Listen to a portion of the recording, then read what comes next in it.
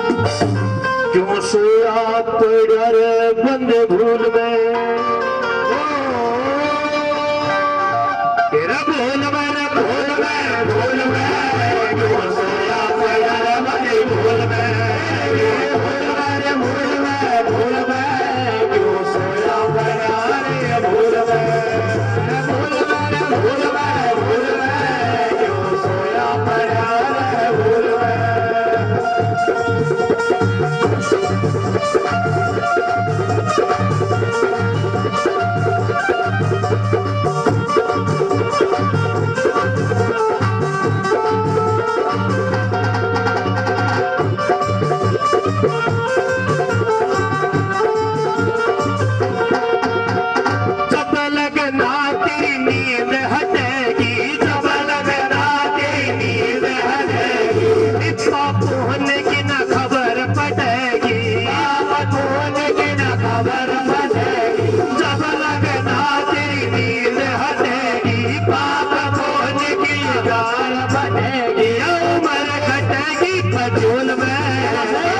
सोया पड़ा रे बंदे भूल में, भूल में भूल में भूल में, क्यों सोया पड़ा रे भूल में, भूल में भूल में भूल में, क्यों सोया पड़ा रे बंदे भूल में।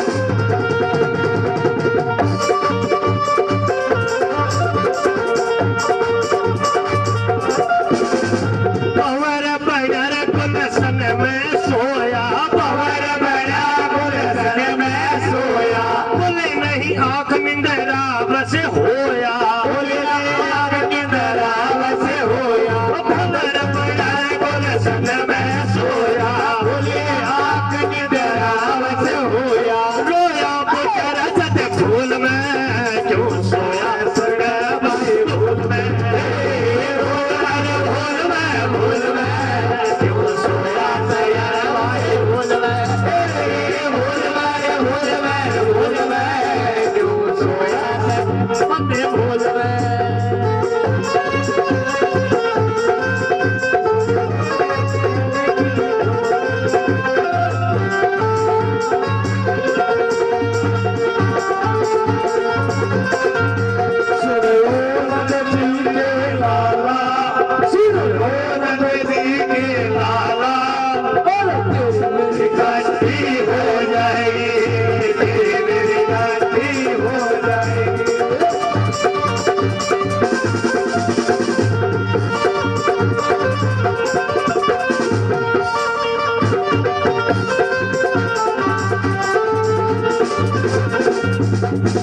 खाली रे आया खाली जाना, खाली आया खाली आया, धरी धराई तेरी रे जागी माया, धरी धराई तेरी रे जागी माया, खाली रे आया खाली जाना, धरी धराई तेरी रे जागी काया, धरी धराई तेरी रे जागी माया, धरी धराई तेरी रे जागी माया,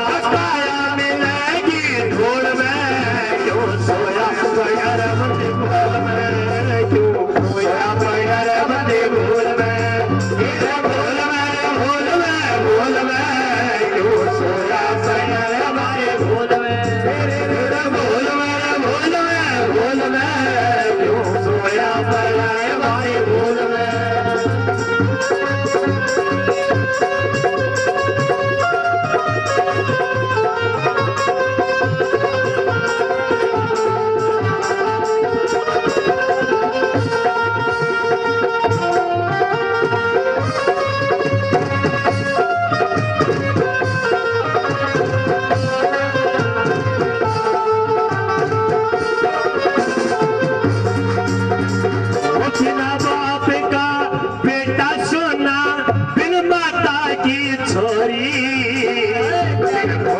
जमींदार सोना ढल के बेटा सोना फिर माता की छोरी फिर भूमि जमींदार सोना फिर बालम के गोरी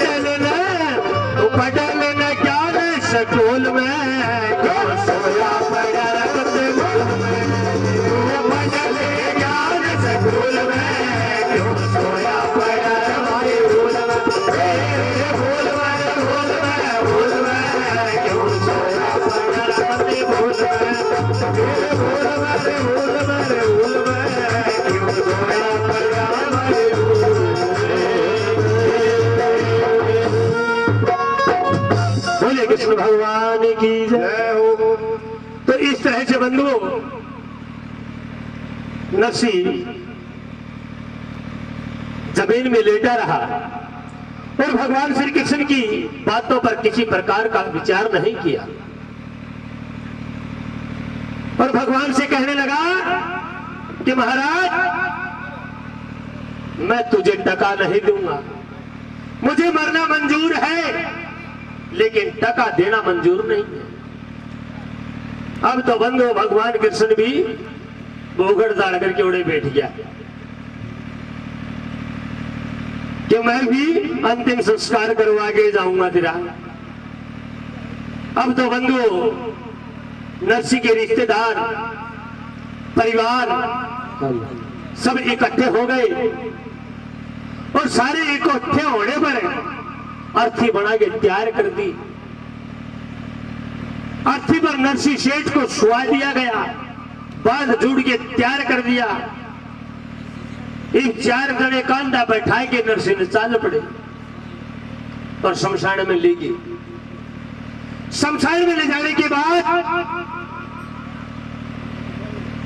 जब अर्थी को एक साइड में रखा और चिता की तैयारी हो रही है, भगवान कृष्ण ने उसका पल्लू उठा के कहने लगे अरे मूर्ख तू शमशान तक आ पहुंचा है और 2 मिनट लागे की तेरी होड़ी से मंगड़ा के जान दे रहेंगे। 1 टके की बात है दे भाई। लेकिन नरसी को वो भी समझ में नहीं आई। अब तो सजो चिता बन करके तैयार हो गई। चिता के अंदर नरसी शेठ को सुला दिया गया। नरसी शेठ को सुलाने के बाद भगवान श्री कृष्ण कहने लगे लोगों से कि भाइयों नरसी मेरा बहुत पुराना यार था, अरे आखिरी दर्शन तो कर लेने दो। और आखिरी दर्शन के बहाने भगवान श्री कृष्ण कान के ऊपर मुंह रख के कहने लगे कि नरसी अभी भी समय है तेरे पास, जरा तेरी आंख खोल ले। लेकिन नरसी को कोई प्रभाव नहीं पड़ा। अब चिता बन के तैयार हो गई। चिता के अंदर अग्नि दे दी गई और अग्नि देने के बाद जो लोग उसके संस्कार पर गए हुए थे वापस लौट गए। तो बताते हैं बंधुओं आज भी ये परंपरा हमारे समाज में है कि दाग लगने के बाद 2 आदमी या 4 आदमी शमशान में रहते हैं, उसका दाग जब तक संपूर्ण नहीं हो जाता। और ये परंपरा नरसी के समय से चली आ रही है। जब सब लोग चले गए तो भगवान कृष्ण ने उस चिता में से दो से लकड़ी हटाई और हटा करके नरसी को कहने लगा कि नरसी, चिता में अग्नि प्रवेश हो चुकी है, तू अब एक बार कम से कम मेरी तरफ देख तो ले। इतने कहने पर नरसी मान गया और जब भगवान श्री कृष्ण की तरफ देखा तो उसके सामने मेरे गोविंद का चतुर्भुज रूप उसके सामने खड़ा है बंधु। और उस चतुर्भुज रूप को देख करके फटाकते खड़ा हुआ तो भगवान श्री कृष्ण अंतर ध्यान हो गए। अब दौड़ा दौड़ा नरसी से अपने घर की तरफ आया। घर आकर के अपनी सेठानी जी कहने लगा कि सेठानी, तो मेरे को ये बता दे, मेरा कहाँ गया वो गोविंद, कहाँ गया मेरा वो नंद किशोर। आज मैंने मेरे परमात्मा के दर्शन किए हैं और मुझे भूल थी जो कि मैं पहली बार में नहीं समझ सका उसको। तो सेठानी मन में सोची, भूत बड़ी के आ गया, कई दिन तने भी भाई रोड़ा ना करो रहे, रोड़ा करने मैं गणाई हूं। तो सजनों, वो सेठानी कहने लगी कि लाला जी आपको हो क्या गया ये बताइए। आप किस भगवान की बात कर रहे हैं जिस भगवान को आप कभी से मानते नहीं हो? किस धर्म की बात कर रहे हो जिस धर्म को आप नहीं मानते उसकी बात कर रहे हो? आज नरसी हाथ जोड़ करके अपनी सेठानी के सामने कहने लगा, हिरक को हो रे